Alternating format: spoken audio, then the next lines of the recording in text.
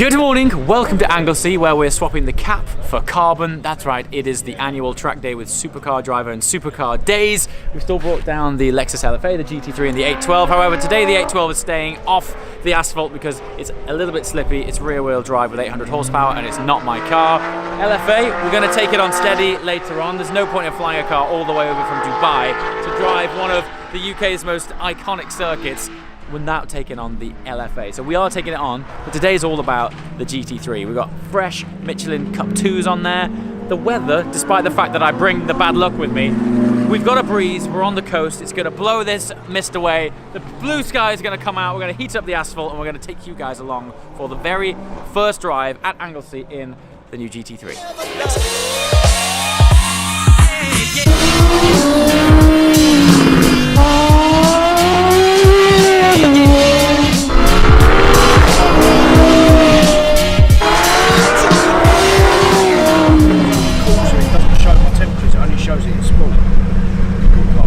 Mega, isn't it? Oh, on it.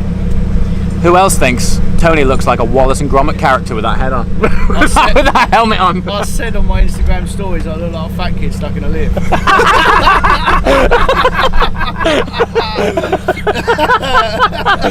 Oh, mega. Comedy right here. Right, let him check his pressures or else he'll end up in the sea. Literally, the ocean is the other side of that fence. James, what are you doing? There's a track out there. And I know, but the video has to go out. Oftentimes people are like, how do you find the time between we make the time? We cut track time short and make editing time long. This is the video going out. I'm gonna try. Miraculously, we are literally on the edge of Anglesey, about to fall into the ocean, and they have almost 20 megabyte per second upload here, which is great news. But this is what happens, man. We cut the good times short so we can supply your eyeballs with this feast. This is the first drive of the 812 Superfast in the UK through incredible Welsh countryside. So if you're watching this one and you haven't seen that one, link below.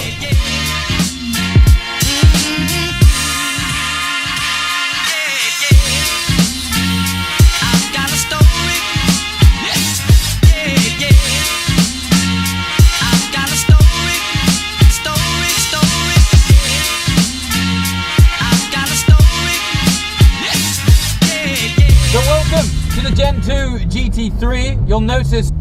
2 GT3, you'll notice something new, two things new. Harnesses. I've never had harnesses at GT3 before. And the other thing new is my friend Nick.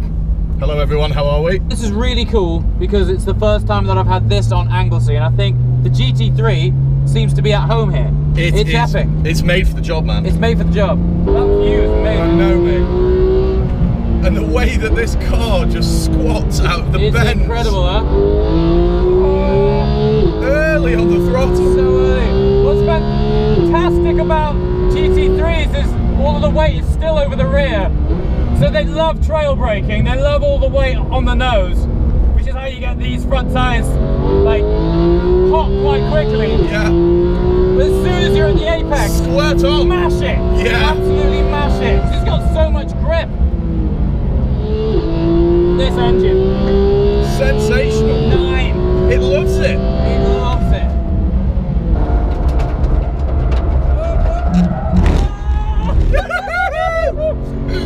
That's what we like. Unreal.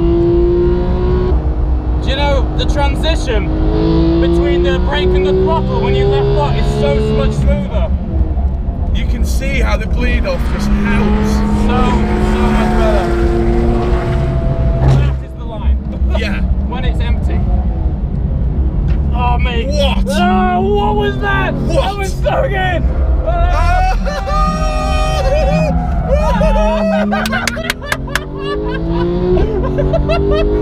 Things just come together.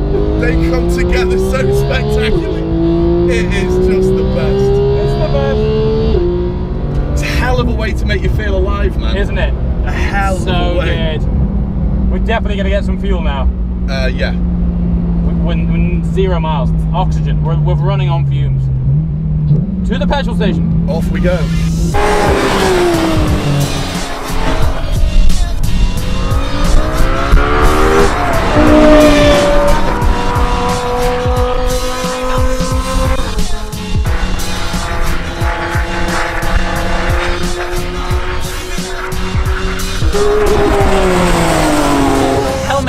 becoming a regular occurrence on this channel. If you see me wearing a hat, it's to hide the bonds. So, as you've seen, I think that was the culmination of why cars are so enjoyable. Did you see the giggle on our faces when that car let go and we were opposite locked? Like, as soon as you straightened it up and then shot past off the apex, we were both just like, ah, like screaming like girls. GT3 is holding up fantastically well. Pressure's doing cool. The Michelin experts are currently inspecting their product, and so far, so good. Just before lunchtime, Ollie Webb took out this Formula One car, which is casually here for the track day. There's also a Vulcan. So as far as a pit garage goes for your, average track day, the guys from Supercar Days and Supercar Driver, they don't mess around. When Adam said we're bringing down some special kit, we're bringing down some special kit. GT3s seem to be the staple. Every track day I go to, I seem to keep seeing more GT3s. It's funny because on the one hand, just generally in the UK they're quite rare until you get to a track day. But what's really nice about that is you get to see that the majority of people buying GT3s really do use them. I think there's 6 here, and every one of them, they are on it every time the track's open. Queue of GT3s, everyone's out and loving it, and I don't blame them. This thing is addictive. When you get up to 9,000 revs and you slam home that gear, it's so good. Anyway, we got Audi R8 here, C63 AMG, original V8 R8. That was actually my first proper sports car. So I always smile and get a sort of warm feeling inside. For those of you guys that didn't know, the deposit for my first house that I saved up ended up going on an Audi R8. I will, by convention, wouldn't recommend that, but it transpired that that car and that stupid maneuver transformed my entire life. It immersed me in the car world. Myself and Nick took my first R8 on a road trip where I ultimately ended up meeting the girl that became my wife. So it changed my life entirely. If you're saving up for a house, don't do it. I'm just giving you my backstory. But unfortunately, I've got to get the Ferrari 812 Superfast back home in time for Ferrari to collect it, which is a real shame. However, there is a TDF that we can share with you soon, so stay tuned.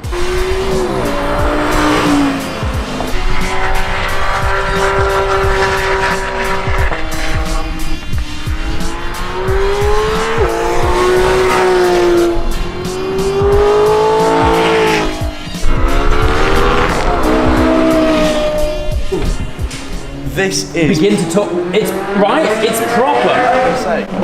So both Nick and I have just, well, I've had the honor of driving it. I didn't film it because a track video with this car coming in the near future. I'm shocked. I am bewildered at how... Judging by the look at his face. The front end is unbelievable. So planted. The turn-in. Yeah, and then coming out the corners with not to $9,000. Yeah. And then just in pull a another V10. one. Yeah, the downshifts are obscene. Amazing, I aren't they? like the upshift. While for the slopes, Yeah. The upshifts on track are bang on. Yeah. Is that I find when you're on the road it feels lethargic. Like at road speeds, it's flat shifting. Amazing. And the thing is the brakes, mate. How much friction is there? You feel it proper. Mate, it's really serious job. Really serious. I'm so impressed. I know, right? Get one, buy one, everyone buy one. LFAs for everyone. Anyway, on that note, come outside here. We are now approaching the end of our day here at Anglesey. Massive thank you to Supercar Driver and Supercar Days. But before we end, there is that big yellow glowing orb behind the GT3, and quite rightly, some of you guys have been asking, now you've got the TDF, is the 812 still on order? Yes, it is. It's still a 2019 car. It's still on its way.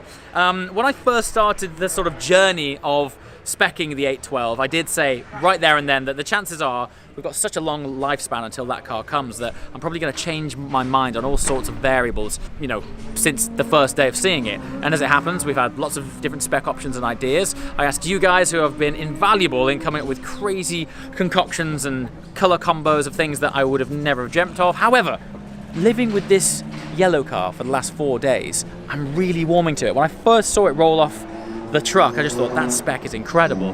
I might be leaning towards, therefore, a more pearlescent, like a triple layer yellow paint, yellow on the 812. Let me know what you think below, and as always, go onto the Ferrari configurator online and configure away. If you have any more wacky ideas, send me the stuff, send me the links on Twitter, send me screenshots on Instagram, be sure to tag me so I see it. As always, thanks for watching. I shall see you next time. Ciao.